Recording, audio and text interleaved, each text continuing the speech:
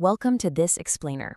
Today, we're diving straight into two groundbreaking concepts that might just hold the secret to our future: environmental degrowth and social balance. We're going to look at how synthesizing these ideas uncovers the true engine of sustainable development, and we'll see exactly how these two seemingly different worlds, ecology and sociology, interlock to give us a real roadmap forward. Here is our roadmap for today. We're looking at the paradox of modern progress, understanding degrowth theory, inequality and social balance, the middle class engine, and finally, action for a sustainable future. Let's explore how saving our environment is quite literally impossible without also creating social equilibrium. Section 1. The paradox of modern progress. The dual threats to our civilization. So we have to start off by challenging a pretty universally accepted truth. Is endless economic growth actually destroying our progress? For centuries, we've basically equated nonstop economic expansion with human advancement. And yes, modern civilization's peak has absolutely brought us incredible machinery and technology, practically realizing the dreams of mankind. But it's come at a massive, incredibly complex, and deeply dangerous cost. And that brings us to the core paradox we're facing today. Unchecked economic expansion acts as a dual threat. On one hand, it's driving extreme environmental degradation, literally pushing our natural ecosystems to the absolute brink. And on the other hand, it's widening social polarization. While we're chasing this endless growth, we're simultaneously deepening the divide between the rich and the poor, fostering these massive gaps in living standards and creating profound instability. To survive this, we need a qualitatively new level of development altogether. Section 2. Understanding Degrowth Theory, Rethinking Economic Expansion. To rethink things, the Sud-Nakasathian Foundation explores this really fascinating concept known as degrowth, or in Thai, Trisidi Lotkantrapto. This is a massive paradigm shift, guys. It completely detaches human prosperity from mindless material consumption and instead prioritizes community well-being and ecological harmony. The crucial point here is that degrowth isn't about moving backward into the dark ages or, embracing suffering. It's a vital reevaluation of our values, so we can actively reduce our ecological footprint and actually live in harmony with the natural world around us. We can actually see this shift practically when we compare two distinct models side by side. Think about industrial supply chains. They are incredibly resource-heavy. Just imagine the massive, highly polluting carbon footprint involved in shipping a single piece of out-of-season fruit across the globe. It's wild. Now contrast that with local agriculture.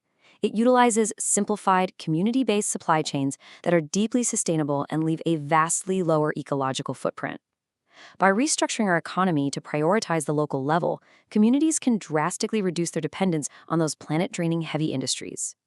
Section 3. Inequality and social balance, the sociological lens. Here's the thing. Environmental balance means absolutely nothing if our society is fundamentally unequal.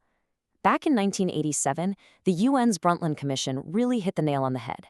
They defined sustainable development as that which, quote, meets the needs of the present without compromising the ability of future generations to meet their own needs.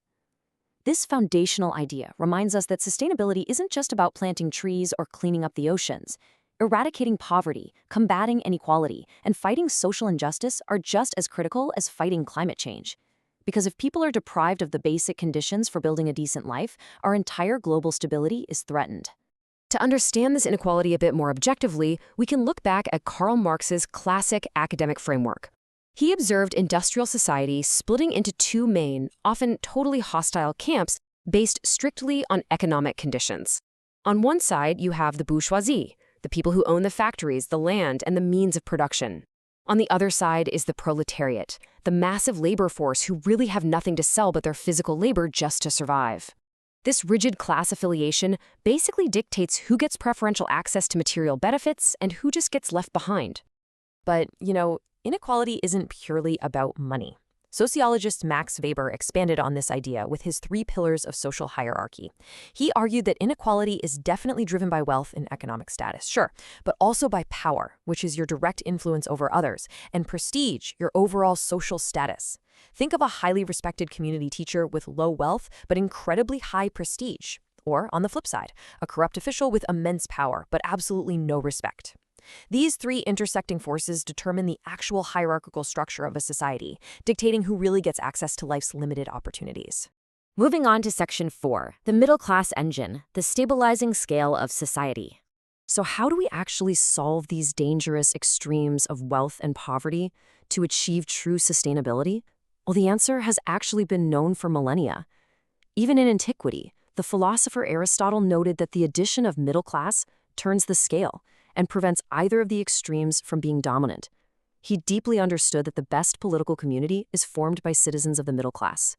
A strong, numerous middle class is the ultimate buffer against social polarization, essentially acting as the stabilizing engine for a healthy, functioning state. And modern sociologists, like Grigoriev and Salmina, actually track this stabilizing force through cyclical criteria. It functions a lot like a continuous loop. It starts with basic material well-being, which then allows a person to acquire capital. That possession of capital leads to better occupational and political status, giving upward social mobility. Eventually, this cements a secure lifestyle status and a person's own self-identification as middle class. When a society actively fosters this continuous loop, income is no longer the ultimate goal. It becomes just a tool to expand education, improve health, and build a truly sustainable living standard for everyone. Section 5.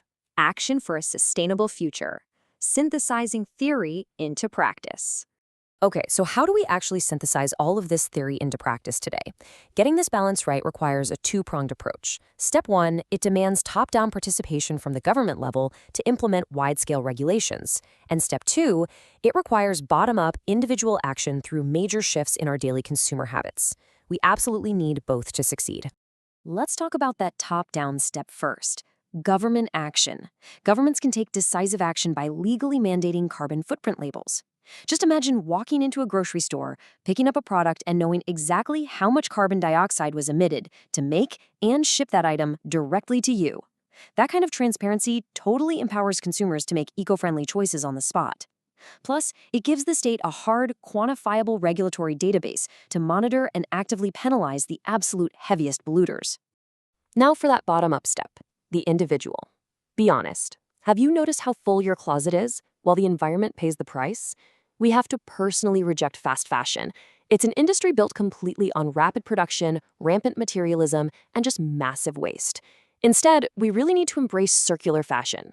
This means focusing on sustainable life cycles, mending the clothes we already have, and utilizing items for as long as humanly possible to intentionally starve that industrial output. The good news is, we can all adopt these individual sustainability goals right now.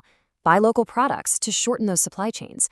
Reject that urge for rampant materialism. Maximize the lifespan of the goods you already own. And, crucially, prioritize your work-life balance to protect your mental health. By making these targeted lifestyle changes, we aren't just saving trees, we are actively participating in building that stable, healthy middle class we talked about, creating a truly balanced Earth. I'm going to leave you with a final provocative thought to ponder long after this explainer ends. Will you continue to fuel unchecked growth, or will you redefine your values to help build a balanced, equitable, and sustainable world? The survival of our ecosystems, and really the ultimate stability of our civilization, depends entirely on your answer. Thanks so much for joining me for this explainer, and I highly encourage you to take these insights straight into your everyday life.